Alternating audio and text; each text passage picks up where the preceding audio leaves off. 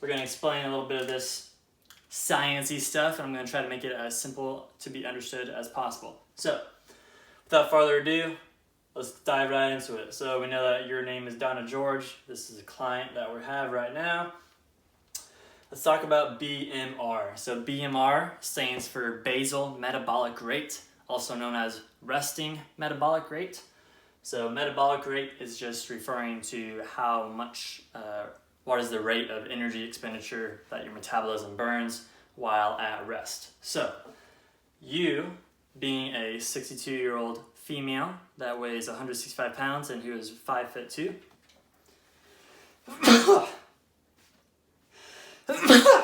excuse me. That information gives us a number that is your basal metabolic rate. So also again, being a resting metabolic rate, how many calories you burn at rest. So we know that your body needs calories to function properly. You need calories for your heart to beat.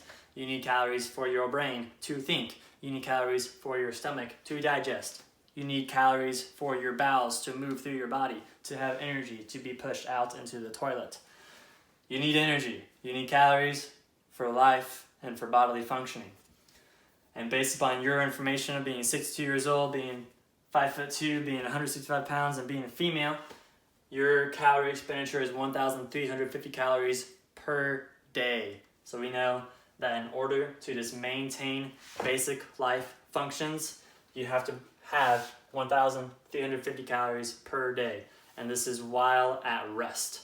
So being absolutely doing nothing, you will burn that many calories per day if you just laid in bed for 24 hours straight and did nothing. So we know that your current calories are at 1,200, all right? So if we subtract 1,350 from 1,200, we know that you are in a 150 calorie deficit. So if you were to even just lay in bed all day, every day for the rest of your life, you would lose 150 calories per day, all right? But thankfully, you're not laying in bed every single day. You are moving, you are using the bathroom, you are eating, you are getting your heart rate up, and you are breathing, and you are thinking. So all those things burn calories. So let's say you have a light activity day, all right? So based on light activity, you're gonna be at 300 extra calories being burnt per day, all right? So we add this number, 300 to 1,350, and we get 1,650 calories. So now, on a light activity day, your total calorie expenditure is 1,650 calories on a light activity day. And again, your current calories are at 1,200 calories. So we know that you should be losing 450 calories per day. And let's just make the math simple. So let's say you're losing 500 calories per day. There are 7 days in a week. If you're losing 500 calories per day, you would multiply 7 days per week times 500 calories per day to get 3,500 calories being burnt in 1 week, all right? We also know that there are 3,500 calories in 1 pound. So basically, by having a light activity day and being at a 1,200 calorie food caloric intake, you will be losing 500 calories per day or 1 pound per week, all right? But we obviously know that you are not losing 1 pound per week because you've been stuck at 165 to 168 for a very long time. So with that being said, let's look at what would happen if you had a moderate activity day. So we know that you've been increasing your calorie expenditure by starting to implement exercise into your daily routine with your workouts that I'm providing for you. And then we've also know that you've been walking a little bit more. So that's going to increase your activity level, which moderate activity level, moderate you're going to be upwards of 700 calories. So now we'll take your basal metabolic rate, because again, this is how much calories you burn every single day no matter what. So this is like a constant number. The only reason that your BMR would change is if you suddenly grew a whole foot, or if you suddenly gained a ton of muscle and lost a ton of fat. And then your basal metabolic rate would increase a little bit. So we're going to keep this constant at 1,350, while we're going to move your activity level going from light to moderate. So we'll do 1,350, your BMR, plus your activity level, 700 calories, to give you 2,150 calories of burnt calories per day. So that's how much you're expending with a moderate activity level and your basal metabolic rate. And if you're still eating 1,200 calories per day, then you're going to be in a calorie deficit, or you'll have burnt much more calories than you are consuming by 950 calories. So we'll make it easy again. Let's just round that up to 1,000 calories. So technically, with this number, you would be losing 1,000 calories per day, which is very high. And then again, there's 7 days in a week. So 7 times 1,000 would give us 7,000. And we know that there are 3,500 calories in 1 pound. So 7,000 divided by 3,500 would be 2. So if you were to have a moderate activity day, you would be losing 2 pounds per week. And now let's get a little bit more technical. Let's say you're having a moderate activity day 3 days per week, and you're having a light activity day 3 days per week. We can take the average of those 2 days, and we'll be able to say that you should be losing 1.5 pounds per week based upon your 1 pound on light days being burnt for 3 days a week, and then your high days or your moderate days losing 2 pounds or an extra 1,000 calories per day. We'll average those together, and you should be losing 1.5 pounds per week. Now, again, like I said, we know that that is not happening right now. And it hasn't been happening for a long time, because we know that your calories have been at 1,200 calories for a very long time. So what happens to your body when you do not give it the least amount of calories that it needs to be able to sustain your life as it should be sustained is your body starts to take away from certain functions that aren't as vital as other functions. So for instance, we know that your heart has to pump. If it stops pumping, you will die. If your lungs stop breathing and you can't get air into your lungs, you will die. So your body is going to revert to energy systems and energy expenditure that is absolutely necessary for life, and it's going to pull energy away from other systems to provide energy for those systems. So other systems that it could be pulling away from specifically would be hormone production, and specifically in your brain. So that is one easy way to pull away from. Another easy way that your body could pull calories from one system to another system is with digestion. So you could lose proper digestion and not be absorbing the proper amount of nutrients that are being released through the food that you consume in order to support the basic life function of your heart beating and breathing and things like that. So again, if you were just to maintain proper bodily life functions, you would have to be eating 1,350 calories per day if you were just to lay around all day, and then that would also give us our maintenance number.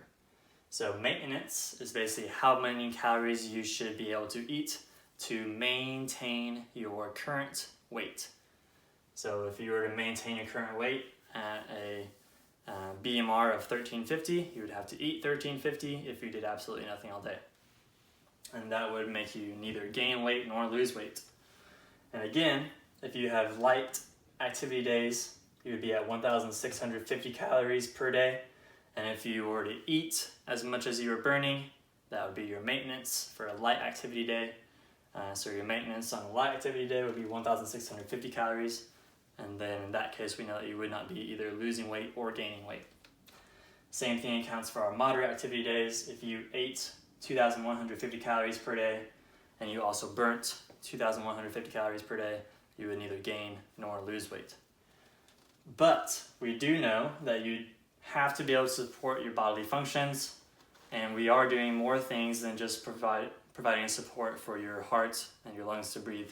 We need the proper hormone functions for healthy sleep, for reducing stress, for increasing your appetite, for increasing your body's ability to absorb nutrients, to be able to digest properly so that it can be released through feces or urine, and that your body will absorb the nutrients that it needs and release the ones that it doesn't need.